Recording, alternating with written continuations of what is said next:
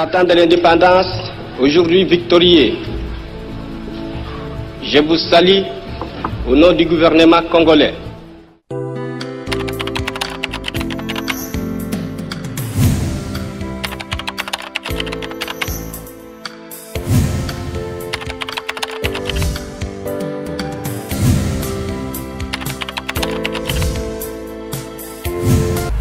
Mbote Nabino Bayimboka, vous partout dans le monde, à travers votre chaîne Jeunesse Congolaise au Travail. Ici c'est un magazine en cycle. Les alliés à Bongobino, Molobel Nabino, Fabrice Masunguna, Mona Moussala Nabino. Boye mais là mon émission Nabino, le bateau yoka peut ça Malobana Bayimboka, Moko. Après ça point de vue si j'ai me donné actualité. Les ensemble Awana Ndeko Roland Tali, Azali analyste politique, mais aussi Aza membre du Parti dynamique pour la démocratie au Congo, DDC en sigle, parti à honorable Ingele Photo, notre soleil ensemble masoulé belé à trouver ta masoulé à animateur à Seni, trouver ta masoulé social pour Nabana Mboka et pourquoi pas phénomène bombé. Ce qui est la même parole na de Konanga Bonion c'est la Neko Roland Boni. Bien journaliste. Bonne santé déjà. Très bien, Toza très bien. Nous avons besoin de jour au jour en bonne vie. Bonne santé à DDC.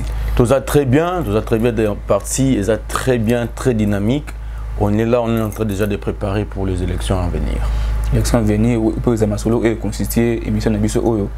Mais peut-être tout ça, le mot pyramide inversée, tout le si j'ai mon cas d'actualité, tout le monde qui nous a une semaine d'examen d'État. Tout le monde qui a question où il peut être effrolé chronique et chercher moi quelle est les mines na baï politique. Tout le monde va tourner question si Neko Augustin Kabouya Ouazali secrétaire général il y a IDPS. Bino baï opposition ou la majorité qui a beaucoup d'opposition. Vous savez comme moi un peu moi critique moi boy. Et là on a bon mon na mon tourna ou tourner qui ban ni examen d'état. Merci Ndeko journaliste. Ce n'est pas seulement que nous, de l'opposition, de petits problèmes dans la question. Non, c'est pas un problème. Les problèmes, ça n'a même pas de problème sur le pays ou sur la nation par rapport à la question Omibale Batouni, qui est le secrétaire général de l'IDPS et qui est le premier vice-président de l'Assemblée nationale. Non, ça ne peut pas poser problème. Alors nous, ce qui nous a dérangé, c'est juste question par rapport à la formulation et à la question. La personne qui a composé déjà la question a mal composé la question. Alors, partout dans le monde, on peut dire aujourd'hui que notre enseignement est okufa. Le lobby qui régime va continuer au Kambabiso. Le lobby après 5 ans, enseignement dans Mboka société.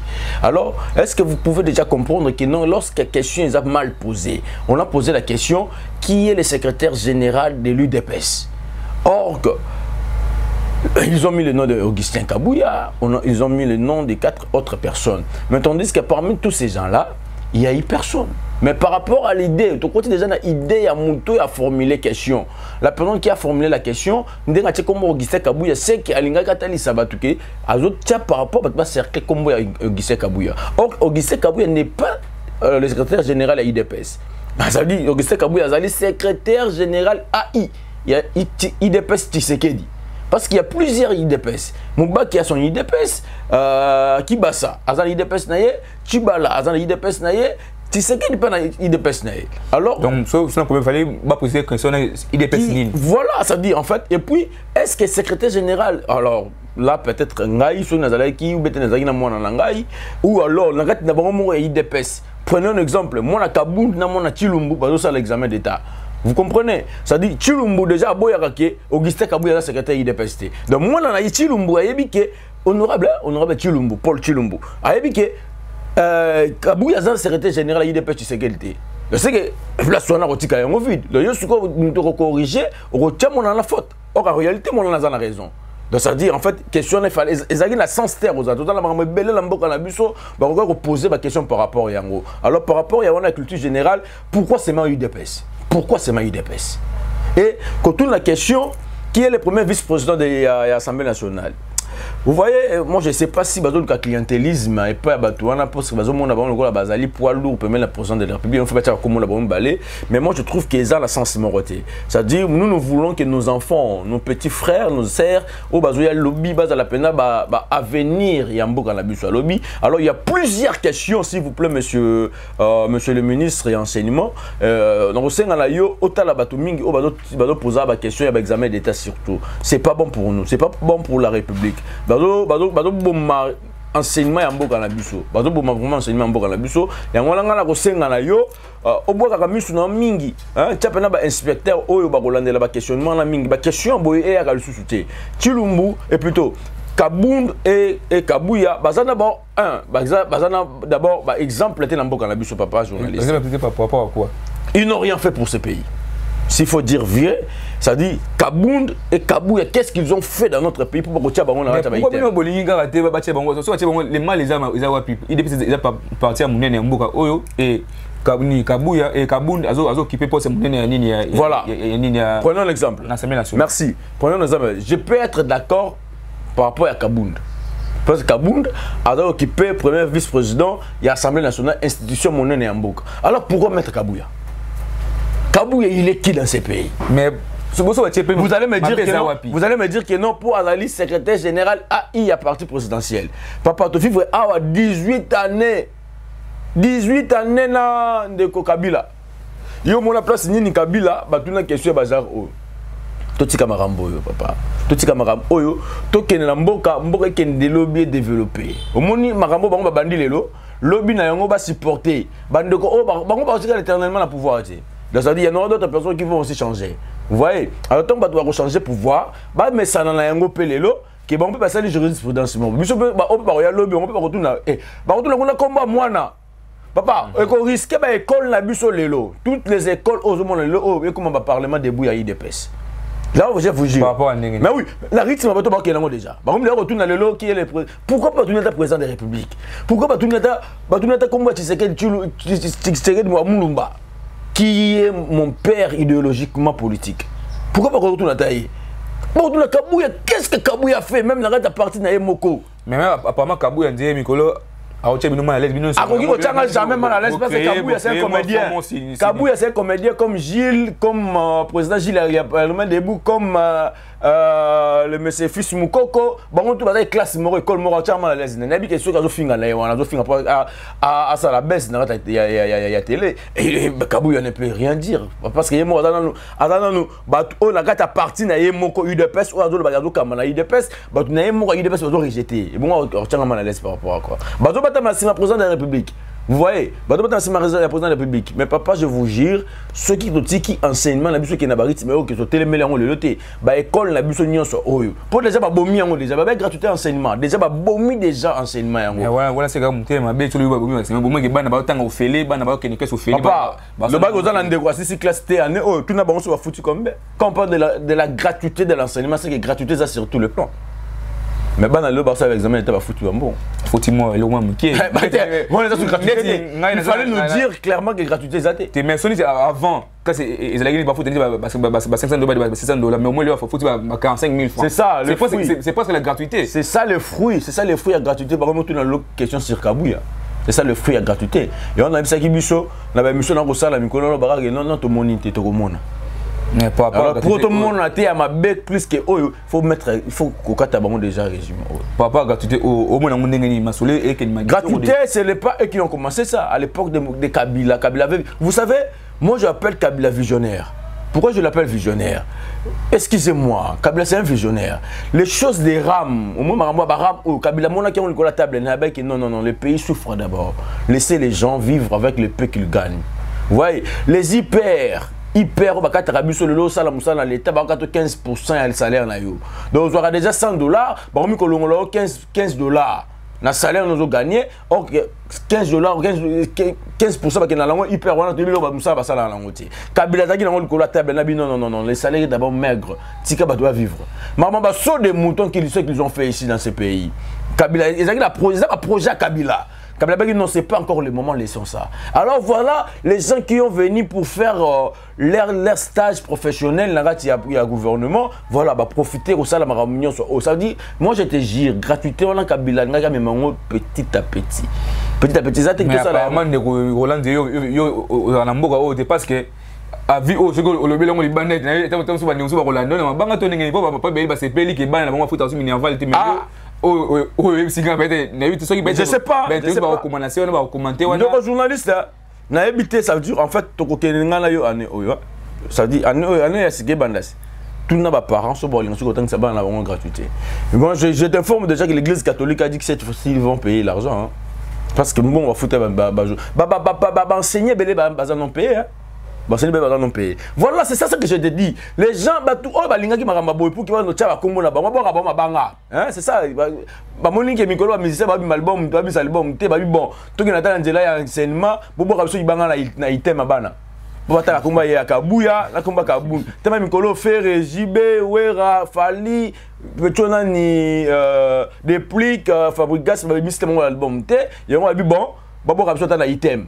Kabuya Kabund. Oui, les Roland, on a des points de vue néopéci par rapport à Masolo ou la question item. Tout le monde Masolo ou ils ont été plus politique. Politique ou tu dis que en 2023 il faut qu'il y ait une élection. Mais avant qu'on ait une élection, il faut animateur à ces lignes ou à basa la élection c'est le manamboka. Il faut basa la nommer mais il faut basa la voter et le président a validé bango. Mais ça dit moi tam là moi banane passé derrière vous savez banane na négociation Malonda. Ah il était 6 va voter. De baboyi mais ti chez moi voulunga pas président a écarté avec candidat moko ya problème mais même le on peut ils ont encore siko que 6 va voter de baboyi ce que yo attaque l'analyse politique au monde ma solo na ndengeni est-ce que l'élection ou to kene est-ce que na chef kene so ma comment si la vente ou bien to mo que so gagner ou to kene na glissement. Merci papa journaliste. Vous savez une chose, ce qui est vrai, moi j'aime le président de la République. J'aime le président de la République. J'aime le président de la République. J'aime le président de la République. J'aime sa personne. C'est un homme très sage. J'ai eu la chance d'être à côté de lui lorsqu'on était tous à l'opposition à l'époque, de 2015, 2016, avant le dialogue. Même à la fin, quand on a organisé l'élection en 2018, le président de la République avait dit ceci, dans l'opposition. Quand ils étaient tous à l'opposition, ils ont dit ceci, Totika, Marambo, machine à voter, Théoni, Nito Kende. Tout ça, tout le candidat, Moto Kende, Dembi, qui est battre Bango, tout Kende élection. Et c'est ce qui est Salemaki. Et que Kende, Tito, qui c'est l'élection, n'a pas machine à voter. Moi, je dis ceci, par rapport à la confession religieuse, d'abord pour analyser la question de Tuningaï, dans le une œuvre politique. C'est que les politiques vont freiner pour que l'élection soit en retard. Parce que depuis 2018, il fallait qu'on prépare déjà l'élection. Dans l'élection, tout le monde calcule, on a 1 milliard. Le quoi, on a 5 ans de mandat, il faut que chaque année, qu'on ait 200 millions, qu'on peut ça dans compte à CENI pour nous préparer l'élection. Alors maintenant, je me demande, est-ce que depuis déjà 2018, le président doit pouvoir, qui nous donne la bombe combien pour la CENI? Ils ont le roté. Alors, question il y a Denis Kadima, Namalonda, c'est identique. Moi j'attends maintenant, c'est pour ça que je te dis, Nalinga a posé par rapport à sa sagesse. Le président public a dit qu'il Moussa Salima et pas Janine Mabunda, à Sali on a des députés à FCC, qui va intériné comme Malonda pour que le président public a promulgué. Le président public a Tali a dit que non, c'est non, et ça non problématique. Et ça candidat problématique, je ne peux pas entériner ça. Bonjour à tous là. C'est ce qui s'est fait maintenant. À l'époque, il y avait 6 confessions religieuses qui votaient pour Malonda, des autres Balbaki qui n'ont pas des autres Balbaki, les catholiques, na SCC. Le président de la République a dit par rapport à la quantité, par rapport à Batou et Belé, l'église des rêves, l'église, ça veut dire catholique, na SCC, bazala Batou et Belé. Alors il faut que la crédibilité à la magasin dans l'élection, alors je ne peux pas entériner ça. Et c'est ça les mêmes choses, ils ont se répété les lots. Maintenant j'attends la sagesse. Il y a le président de la République et jouer sérieux. Ceux qui président de la République a entériné c'est bon. Moi, je dirais aux gens, oh, nous sommes besoin d'élection. Merci, Papé. Apparemment, le meilleur candidat pour c'est les plans. Il y a qui aussi, c'est l'expérience. Non, c'est du mensonge, c'est du faux. C'est du faux. Il n'est pas meilleur plus que eux. C'est du faux, je te jure. Mais comme Azan a baptême, comme Kadima, Azan a appui à président de la République, c'est ce qui fait que non. Non, écoutez, Kadima fut un consultant sur le plan élection de la présidence de la République. Oui, mais on s'en suffit, candidat qui peut défendre quand il y a le président de la République, na Seni, tant qu'expert, il y a Seni, Zaki Malonda, mais le président de la République a maintenant, le lot, tu le but qu'on est fait dans l'indépendant. Qu'on a été proche à il faut qu'on soit indépendant. Nous voulons, le président de la République qui habite, il veut maintenant faire le changement. Changement, c'est-à-dire que tout ce qui était mal à l'époque de Kabila, et qu'on s'est bandé la maté. Il faut que Mambasika. Maintenant, le lot, tout le monde a dit non, ils ont été à Kabila, et il y a coucou, le président de la République a dit ça. Donc, il y a un bruit. Tu as dit que non, mon toit, on a saigné les lots, à ça déjà, mon toit, président de la République. Donc, ça veut dire qu'il y a déjà préparé des contestations avant même les élections.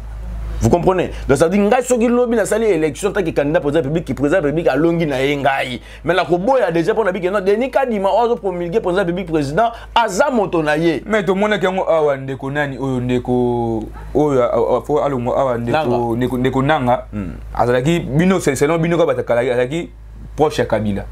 Tout le monde mettons à la première élection, négocier à Ganaki. Pourquoi pas quand il ma chance n'a que ma vie a compétent, tous les faut essayer pour diriger ces nuances. Mais là vous avez peut-être il va publier l'élection. Autant que vous organisez tout ndeko nani ndeko Moïse Katumbi. Bino FCC bozo banga nini. De journaliste, moi je le dis et je le répète et je réitère toujours ma parole, nga ko banga élection té. Ngai FCC, ngai DDC, na ko banga élection té. Vous comprenez? Alors comme la ko banga élection té, na zolo ba maram o eza clair. Président de la République Tolobi que non tocha muto aza indépendant. On a dit tout que non dans le cadre de la confession religieuse entre eux. Bah le but que non Tondimi Moluba azala candidat azala président ya Seni. Mais Tolongolande Kadima.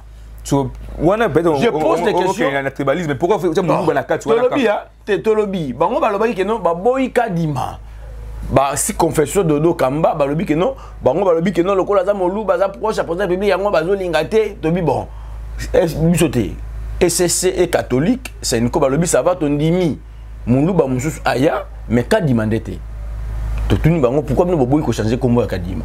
Peu importe, papa. Biso de lobby, ça va, tokende. Biso, ngai, selon mes analyses, tant qu'analyste politique, dans le biso qui te lobby, to compte à la gêne à bango. Tout le monde a dit là, que non, oyote, oyo, et qu'on a biso temps. Au moins, le déjà la 2021, tu sais déjà la 4 mois. Le ticket de 4 mois pour que l'année est si là. Le suite au compte de la 2022, ils ont déjà année où il faut déjà préparer déjà élection. Parce que 2022 c'est année électorale. Vous comprenez? Alors, suite au lobby au compte de la base na bango, bato oyo bazana makanisa mabe, bakoyo même sur dialogue, bakoyo même biso que non boya ça va tout bozo boya tout que les glissements et au quota. Alors, pas de dialogue, pas de nini, donc bon que des bêtes aux élections, il y a moi qui va oui, c'est un langage politique. C'est un langage politique. Langage politique, pourquoi? Ndeko Félix n'a pas de dialogue, pas tout ce qu'il veut. Pourquoi? Parce qu'il faut enrichir Kabound. Il faut enrichir Kabouya. Kabouya n'avait rien. Le Kabouya a commis 5 jeeps. 5 jeeps pour acheter le 150 000 $, 150 000 $. Et comme il y a Kabouya, Kabouya joue bon. Aïe, le IGF, au bas comme ça, le IGF peut le bien causer. IGF a beaucoup faté. À Rosalie, Barotunaye. Mon salaire, il c'est ça là, mon salaire, bravo, là, j'ai fait ça là, mon salaire qui est bon. Moi, je t'ai dit, je suis vraiment analyste. C'est-à-dire, il y a des bons côtés dans le régime, il y a président Félix, on a eu un côté. Vous comprenez? C'est-à-dire, alors ça, la Makam, Oya Malam, le coup, la Makam, Oya IGF. Alors, tu sais que la IGF, main libre. Sala musala. Sauf que aventurier wana ndazo ngakota tima kampuka bana kokanga IGF sala ma rolonga été. Aventurier nini o ndeko oya 10e ri o Kabuya o azulu kalibanga tina bana item. Mais oui, parce qu'il y a comme Luka Abengagati, IGF Yaganan, à tout 16 millions, à Tika Bima, 2 millions, à Bomba. Non, IGF Azam de Bakopte. Aïe, Lelo, enrichissement illicite, ou à commune, lobby IGF pas au Benga et Kabou Yaka. Enrichissement, aux gens qui ont eu ça la WAP. Pour ce moment, pas aux Zumbo, on a WAP. Tout le était aux arrêts déjà. Là, bon, en fait, Azanan Bakateli était. Et mais le cas là, place au Sambisa là, bazala boloko au bagocha était. Il y a bien un map, sous mandat provisoire. Mandat d'arrêt provisoirement et on va tirer dans le Azalawana. Mais le récemment, les populisme, ce sont des choses réelles, autres que même pas. Tout ce qui se passe là, tu ne même pas que non, mon tobe besoin qui bacha qui est la boloko, et ça m'a comme autre que non besoin qui bacha qui est, qui comme la résidence surveillée. Nous ne pouvons pas les connaître. Tu que non, le binaire bakanga qui monte pourquoi pour le détournement. Mais ce sont de bonnes choses. Moi j'aime ça. J'aime ça, ça veut dire que comme ils ont un rail malé malembe. Yango moni dans le baki yango l'autre fois, dans le but que non na 2 ans 3 ans où il y a président de la République qui no lelo, il y a dans la salle le côté. Tout ça été posé public non salé le côté. Alors voilà. Donc clôturer peut-être sujet question à CENI. Alors moi j'ai dit une chose par rapport à la classe politique. Tout côté là-bas j'ai oyoté à que les lots de boy de Nikadima pour ce de boy de Nikadima il y a un qui bata union soké ba hôtel mais de Nikadima fazala. Alors surtout tout côté là ndenge to kende na ko welelana ko welelana ko zabiso pe ngonga molai to tika de Nikadima azala. Hein? Vanda. Le gars là, le qui yonde faut zala zala wana. Organiser l'élection en 2023. Pas de glissement. Tu as une élection et bon sur quoi ceux qui tu as l'élection. Tu as le résultat réel. Oui, mais moi je vous jure, le gars là ignorer catholique. Ignorer SCC. Que de deux kamatin inspecteur hein. Pour pas qu'il y ait des témoins à tinder raté. Azala va péter. Église des morts, il n'y a même pas 1000 personnes. Après l'église mort à la 5e rue. Il n'y a même pas 1000 personnes. Il n'y a même pas 1000 personnes. Alors ça va témoin. Église des réveils, nous sommes déjà à Simanae. Église des réveils, Kabolo, nous sommes à Ngamba Soni, nous sommes à Ngamba. Vous comprenez? Côté président, na régime n'est pas même en boca. De bande au Kabula na ba confession religieuse au bago za la uni ba père na biso batata na biso ya molimo ba za la lisanga abande au Kabula bango. Qu'est-ce que bango papa de obédi masolo ba religieux position religieux ba jouer na par rapport à politique. Est-ce que attaque analyse au moins ngeni? Bon, en fait ce qui est vrai dans Mikole Koya, ce qui réellement chance au peuple congolais pesa qui na régime oyo pour que baya ko changer mboka. Hein? Ce qui régime mon sérieux, mission la bino ba religieux par rapport à la politique et coquille. Hein? De récupérer ces nids, de continuer sur le ministère intérieur pour que le ministère intérieur a organiser l'élection. Mais comme tu veux comment des ordres dans makasi. Malgré tout ce qui s'est fait, mais des autres des Makassi, ils ont dit bon, tout ce qui a quand même pouvoir en haut, religieux pour que organiser. Mais ce qui est mal, ce qui est vraiment mal, je comprends une chose qui est non, il y a beaucoup de religieux qui ont compris que il faut tous à la politique. Pourquoi pour tous à moi chop chop, tous à mon bon on l'engambouana. Tu vois qui a mis les kaki, babi que non, bande quoi si confession religieuse dans ma comme combat kadima, ba proposer bango ba jeep na $70,000. Et au moins ba quand même la combat no kadima. Pas besoin qui sont des pasteurs, ce sont bazar papa milimo. Mais vous avez passé la liste qu'il faut pas possible au champ mon pan. Début au ligne c'est ils ont des policiers mais c'est la vie n'anga donc vous allez jamais ni parce qu'il y a là où on est et combat politique. C'est ça que nous voulons. Ça dit c'est ni en réalité c'est ça que moi je voudrais dire hein, ça dit au moins c'est ni to bengango structure moins indépendant. Parce que quand on parle de l'indépendance, il faut être indépendant. Bah, c'est senti que nous faisons des Nini Moussala librement. Tout le babo solo. Et solo, il faut en enseigner.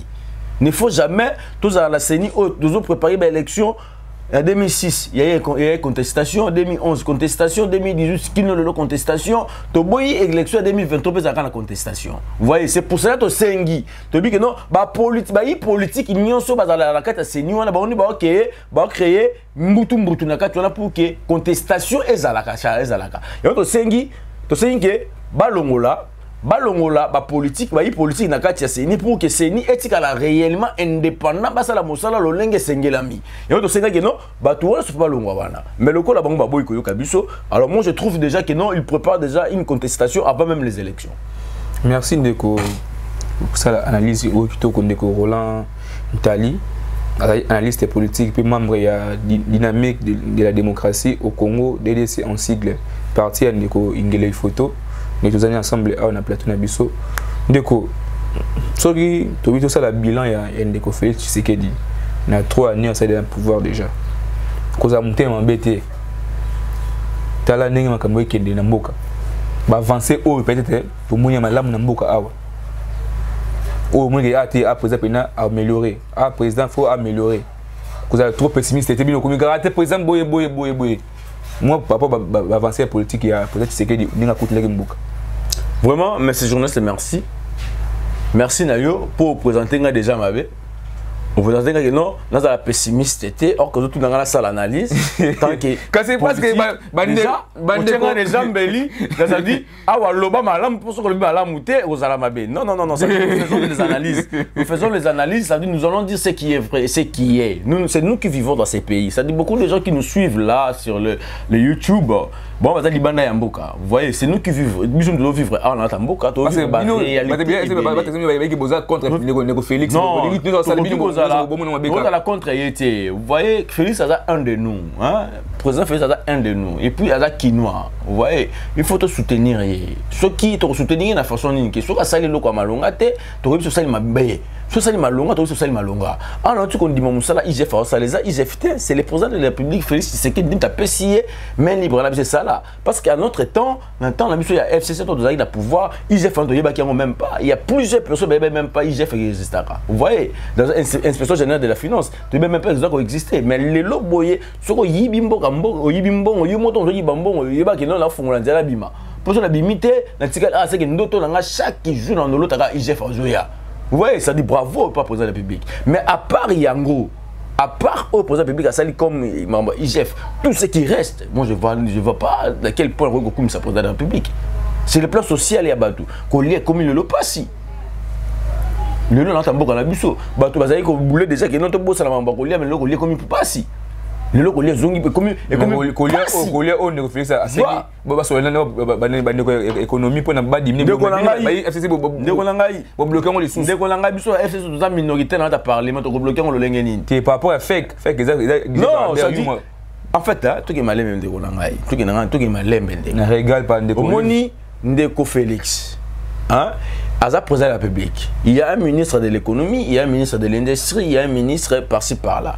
Ce que Monique non, fake, bloqué. Vous avez des moyens, vous le gouvernement, créer ma cantine nayo par-ci par-là, ça la chambre forte nayo, ça la bureau nayo. Avec l'État, maintenant, ceux qui vous ne pouvez pas venir directement avec du populisme, dire que non, na Tanzanie, na Rwanda, na Wapi, carton Chenchard, $3. Wapi. Vous voyez, c'est ça du populisme. Dans cette sociale, il y a un peuple congolais koufi. Misala et Zali sous-souté. N'a pas de quoi marathon, n'a pas de misala, n'a pas de quoi bâtir le Rwanda, baza presque ndenge moko. Vous comprenez? Ok, ne mosala, au sali 20 mois, il y a un paiement. Vous comprenez, papa? On vit en ndenge nini. On vit en ndenge nata mboka oyo. Toujours vivre en mboka oyo. Yamana na baki, na lobi pelelo, que non président de la République jusque là. Son bilan, ce qui est à cette élection en 2022 à Orkoya.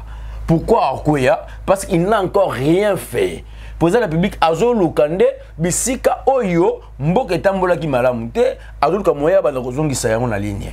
Maintenant, le mal qu'il a fait, le mal qu'il a choisi collaborateur Yamabe, a choisi médiocre. Papa Mosengo Alobaki na biso à l'époque Otoboya Kiango depuis que nous biso dans la médiocrité. Moi je te dis au jour d'aujourd'hui j'ai compris que nous avons la médiocre et belé. Quand on dit ça Jean-Lucien Boussa médiocre. Aujourd'hui mon Julien Palou médiocre. Ngoïka Sanji médiocre, des gens inconstants. Vous comprenez? Les gens inconstants, ça dit conseil nini bako pesa et pas à président de la République lelo. Conseil bako yebisi que non peut-être tout ça bako pesa conseil Malonga te pas la bango le ta la bango pouvoir. Ah, j'allais local. Eh, Jalelo qui pouvoir, mon droit Steve Mbikai, médiocre.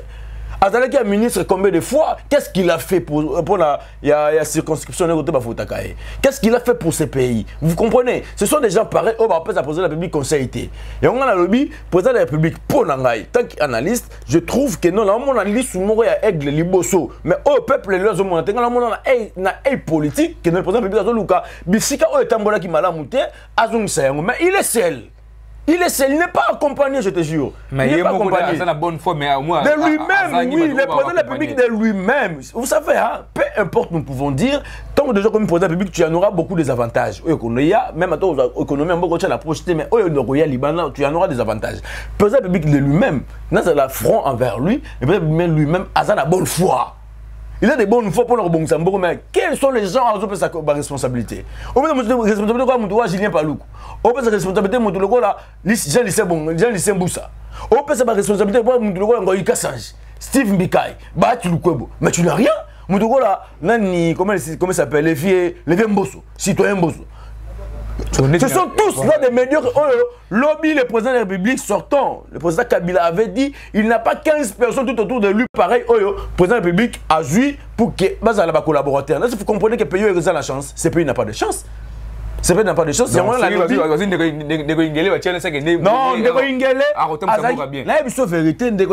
parmi les premiers bateaux qui consultés pour qu'il y ait une union sacrée. Il peut y côté ce qu'elle a dit. Ndeko Ingele. On a dit que nous tous n'avons pas le Kwebo. Tout le monde président de la République qui est mort que non Ingele avec parmi les premières personnes va consulter qui Yena Bakila pour qu'il y ait une union sacrée. Bateau mon qui n'a poids il y a FCC bako yiba bako bimisa bato belé bango wana. Mais Ingela Kenda yo katala nakangama na moto o pour la mbongo te. Nakangama na pour la pouvoir, nakangama pour la sagesse. A comprendre que non il aura malongé ko bimakuna te po bato belé loko ngala yoki kuna so bato belé ba yoki ba kokende mbang mais ngala okende te to tikala ngambo et mo to tikala la FCC parce que total la vision total la loyengete total la vision union sacrée eza union ya ba flatter ya ba jealiste yongo lo moni lokola ba so ba la pouvoir si au pouvoir et on le ba mi ko baluka ko finga ndeko Moïse Katumbi pour me ndeko Moïse Katumbi azolo ba non boyete faut totalement mais bino beaucoup sur bataille Moïse Katumbi avant à Ghana 2016 a gâté pour a contacter avec étranger à Zambie attends ndeko todo ça la analyse on fait ça sali ki asum c'est na mboka so Félix ça la asum c'est na mboka ndeni za congolais ah lui boni ke ndeko Moïse a congolais mais lobi hein badai ba ki aza israélite aza il dépasse misoté il dépasse dans le mutuni il passeport. Il dépasse dans le bien. En fait, il dépasse la bise sur le locaza, aza gréco, italien, grec et tout consort zambien, aza la papa, la maman, t'es mon congolais. Ah, mais biso que non, à notre temps, le président Kabila a le quitté, mais au mode deuxième. Biso de mon qui deuxième, deuxième de l'obagi qui à côté, n'ambokate. Pourquoi? Parce qu'il a le passeport congolais à l'époque. Mais je sais pas. Tant que le président Kabila, le président Félix a eu le pouvoir, le président Félix a dit que non, on est congolais, pas donc c'est le pouvoir, pas donc c'est le ni passeport, on est pour Mboka. C'est une bonne chose. On a dit jamais que Kumisa Bissika au Kabila Salim Mabena Babet Nabeta Maboko, na kati ya Kangamis non, kota Salama Ben albi ki Salama be, kota Salama Lama Salimala, c'est pour ça que j'ai dit au président de la République jusqu'au jour d'aujourd'hui, ce qui a organisé l'élection en janvier 2022, le président de la République a aujourd'hui. Voilà maloba ndeko ngala yebi so akozwate pesa ya solo ayebi que soit les élections en 2022 na ozwate ayebi oyebi dernièrement ti Allemagne awa pour na succès kana esika wana président public a ti Allemagne dernièrement awa les pour la chose non président public azala joua ko fongola miso ko bengana bato nyonso ba pembe na ye moto wana ko mona wana Tshisekedi azama matata ngala yebi matata na ye je vais faire la musique babi ça va là parce que on pose dans la salle bato amona ndeba amona nga yuma akobenga na bato nyonso bata pembe na ye comment à quelle délégation bato ba yambie na Allemagne les Congolais comme nous abi que ça va ba foutre là-bas ba mbongo hôtel bisika balali parce que ba uti ba mboka mosusu ba ko yamba président de la République pour ba kende na congrès au bazaki na yango ba foutre là-bas mbongo hôtel bo pesa ba mbongo na ba transport le moto ba pesa mbongo foutre là-bas hôtel à Lembo. Ce que tu as dit, il y a un hôtel au président de la République à Vandi, le président a fait un bon hôtel. Vous avez sonné, vous avez dit, Congo, vous avez sonné, Congo, l'Allemagne. Pour te dire que non, le président de la République n'a pas de collaborateurs francs. C'est pour cela que le président Kabila avait dit à son temps que non, je n'ai pas 15 personnes pour changer ces pays. Et c'est parmi ces 15 personnes, le président Kabila a dit Batouka Bahati, Batouka Bamboso, Batouka Bangoika Sanji, Bazali parmi les 15 étés. Mais Ndeko Tshisekedi a semé les Azobango, Azobango, Mambango. Il y a l'habitude au Congo, tu as la chance. Merci beaucoup Ndeko. Voilà, toi qui est presque à la fin de notre émission, tout le Bélayango, tout solo Layango. Ndeko, phénomène moi écoute na Kinshasa awa. En tant qu'analyste politique, éducateur à masse, phénomène bombé. Où Ndeko Ndeko comme il s'est laissé faire dans la partie qui a dogme artisanal, les a fabriqués par la base de Biloko Mituka, le produit pharmaceutique. En tant qu'analyste, en tant que peuple, en tant qu'éducateur à masse. Message nous relancer na bandeko na yo pas na bakonzi mais bandeko na ona ba omela biloko wana conséquences nini oza na makambo wana. Merci. Là je parle en tant que jeune comme vous mes frères. Vous savez c'est droguer, ça veut dire c'est se tuer. Tant on met la drogue on a commis boma yo mongo sans pour autant yeba. On a sucre et drogue mais à petit pot à petit pas on a commis boma. Nakosenga na yo ndeko ozomela bombe, ndeko ozomela diamba, ndeko ozomela babiloka makasi ebele ndeko ngana kosenga na yo tika. Otika pambate vi na yo eza yo moko mto kobongisa yango. Vi na yo eza mama te eza papa te. Vi na yo eza l'état te. Lelo l'état a telemi mais yo peso ko lobi omela kaka bombe la place ko bomba na omela. Mais so yeba yango soko meli yango omibomi. Vie aux gens jeunes, mbok eza na besoin na yo, libota eza na besoin na yo. Avenir ya lobby eza yo. Oyebite lobby l'homme sous yo nem to kobongisa mboka oyo. Mais ceux qui le lobby déjà là bon ma vie na nga modèle na lembi vie na nga ina beta yango masasi na kufa okukufa lobby nango to kokunda yo lelo bazo lela susu batote. Lelo est commis au koufi, malaman de Dieu te geko kunda yo. Et surtout son bon pesate parce que bon pesate. Ba parents, excusez, ba parents ba foot bango sur son bon côté. Dans ceux qui au koufi lelo, to condition na certain morgue comme pega ba 20 000, 15 000, 18 000. To kozana mongo bon ba 10 jours te na ta morgue, ba kundi ba au koufi lelo, lobby de to bimiso to geko kunda yo. De histoire no pesa ni to bosani yo. Or que biso donnant la besoin yo, jeune congolais, jeune quinoise. To ça la besoin na yo, c'est ressaisir. Tika vie à Bombé, tika vie à Diamba, tika vie à Biloko ya Makasi parce que ozo komi boma nzoto na yo, ozo komi boma bomo na yo moko. Na kekolo ba la gouvernement, na kekolo ba na l'état congolais. Ceux qui ba gêne ba continue ba vie o ya ba Biloko ya boye, c'est que l'état a Aza les sociétés, l'État Aza absent. C'est pour cela que j'ai eu à discuter avec un frère qui m'a dit une chose, m'a tiqué. C'est un étranger. Il m'a dit ceci. J'ai remarqué que dans notre pays, Congo, la RDC, l'État n'est plus là. L'État depuis à voyager à l'époque de Kassavou et Lumumba, l'État zonga la noté. Alors, tu sais, la présidente de la République, président Félix Antoine Tshisekedi Tshilombo, zongisa l'État dans la mboka oyo. Atala l'kamouya ba jeunesse. L'kamouya jeunesse, jeune congolais à venir. Yo mon rosa jeune. Comme tu l'avais dit, toi-même tu es jeune, tu as besoin de la jeunesse pour que au travailler la jeunesse. Alors, jeunesse au secret de la côté dans Mamouya Babombe, esprit déjà à raisonner, esprit à créativité et aux la société comme ba faible. Il y a moins de ressentir vraiment, on peut ça une politique, on peut ça une vision par rapport à la jeunesse pour que les ministres de la jeunesse a appliquer pour que la jeunesse atika ba vie oya ba bombe. Merci beaucoup pour le peuple congolais. Je crois réellement que Bogoyo Kambela Nangai, Bogokende Kotika Viwana, Bokonde ko abandonner parce que vous savez comment ça vous fait. Je sais pas ce qui est mon temps au zonga la bonne moto après avoir remis la yango zonga la bonne moto tala lolenge neza ko sala on a tout ce qui au ces personnes ko kende ko mele loko ndenge wana. Merci. Oui, merci beaucoup Ndeko Roland Tali, tout comme parce qu'à la fin de notre émission, à ces pays makas, la mission précise de Bandeko Nabiso, c'est le dessin de la pratique, on a ma béwana, balobi jeune tika bombe, ezo bomayo, tout nayo mentalement au comme faible, donc vu nayo au talaka 5 ans plus tard, parce que après 10 ans aux alandengeni, au comme 30 ans, comme le corps de l'embi déjà, c'est l'embi déjà, donc jeune tika bombe. Ndeko Roland Tali, je pense qu'on a fait une émission de Bisso. Message moi à Souka pour nous clôturer l'émission. Moi message dans mon programme il y a parti politique, il y a parti politique à minute plutôt DDC à Ndeko Ingele photo et moi message moi lancé dans internet sur Merci beaucoup d'abord premièrement le bill la charité bien ordonnée commence par soi-même. Je commence d'abord à vous dire merci. Merci pour la jeunesse congolaise au travail. Au travail, ça veut dire j'aime ça. Votre télévision par rapport au professionnalisme, je vis et puis j'ai compris que non, vous êtes vraiment des professionnels. Je vous dis merci. Merci. Merci à tous les internautes qui nous suivent. Merci à vous tous, à tous les téléspectateurs qui vont nous suivre. Je vous dis merci. Bolanda analyse.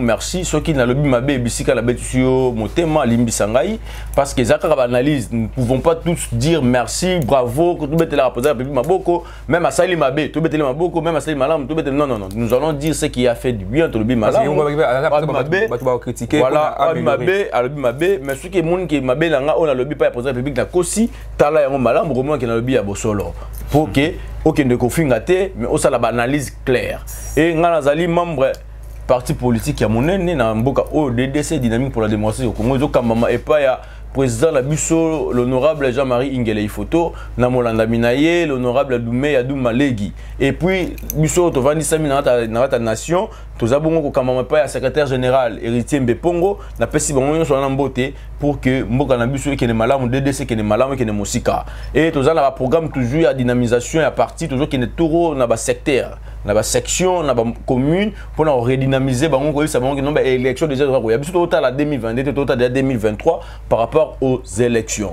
Et je dis à tous les jeunes, je répète encore là maintenant la étiquette nanga ya musali na nzambe na ebisi biso so ba jeune toya totika via bombe na bandeli yango parce que nous ça la passe mingi comme on a jeune lelo oyo pi parents afuteli kelasi maman azolo bakino lobi mona ngam ta kokunda ngai mais mona ngwa kotu ya kotu na vie ya bombe mona komi kolala ye mongo na nzela mona mwasi akomi komi subela na nzela mona mbala komi koya na nzela pourquoi parce que azomelelo ko ba melisi na makasi te mais ye moko aki asombi yango na mosolo pe azui ameli non sengi na biso ke nzambe alola ayoka libondeli na biso nzambe alola ayoka mutema na biso za kozoka du jour au jour tanto ko mona bino boko sala makama boye pour que akende kokota Paul alobi bolam on a kolinga ko sala na ko sala ko kokate mais mabe on a kolinga ko tika yango nde kanga mangai alors nzambe wana kene ko délivrer Paul nzambe wana pe akita aya ko délivrer yo jeune nzambe wana alongola yo na kati na vie wana ya mabe pour que otika yango et na ndimi yango pe na pesi mbote pa ya Bwinani Ntiala na pesi mbote e pa ya madame Nangala là c'est ma première ministre Léance Sou Nantali, la pesi bande konyon sur sangana bango na groupe de vrais adorateurs et intercesseurs de Jésus-Christ, la pesi bango mbote ndeko ladi na pesi mbote maman jetu na pesi mbote bande konyon na pesi mbote que Zambé alola a pambola biso. Merci beaucoup ndeko Roland Tali, cher ami internaute parce que na fin émission na biso le bateau yoka peut-être votre humble serviteur Fabrice Masunguna na pesi mbote bongo na notre DG à partir à Canada ndeko Père ou Abino Père Mulumba. Autre petit bon guérison bon préétablissement na côté zali moi santé de règlement mais nangolo ya nzambe ekosunga nyo so okini malamu ba bon guérison na pesi mbote na concert Marlène Bampembambi pesi mbote na ndeko Bwinani Ntiala qui derrière la caméra basala image kitoko makasi boye na pesi mbote na bino so abonné à Jeunesse Congo de travail bo s'abonner aussi ebeli sou makasi pour na kopanza sango oyo ndenge to sala musala oyo izapo na bino soki bino yate musala yo sala mate il faut s'abonner massivement sur votre chaîne Jeunesse Congo de travail. Je suis là qui est là ni sur le moka eza biso nyoso ça rapport na kotombo la moka pour na kopanza sango ya mboka aussi madame na moka na bino na mabota na bino plutôt tout le monde mbala sima. Merci.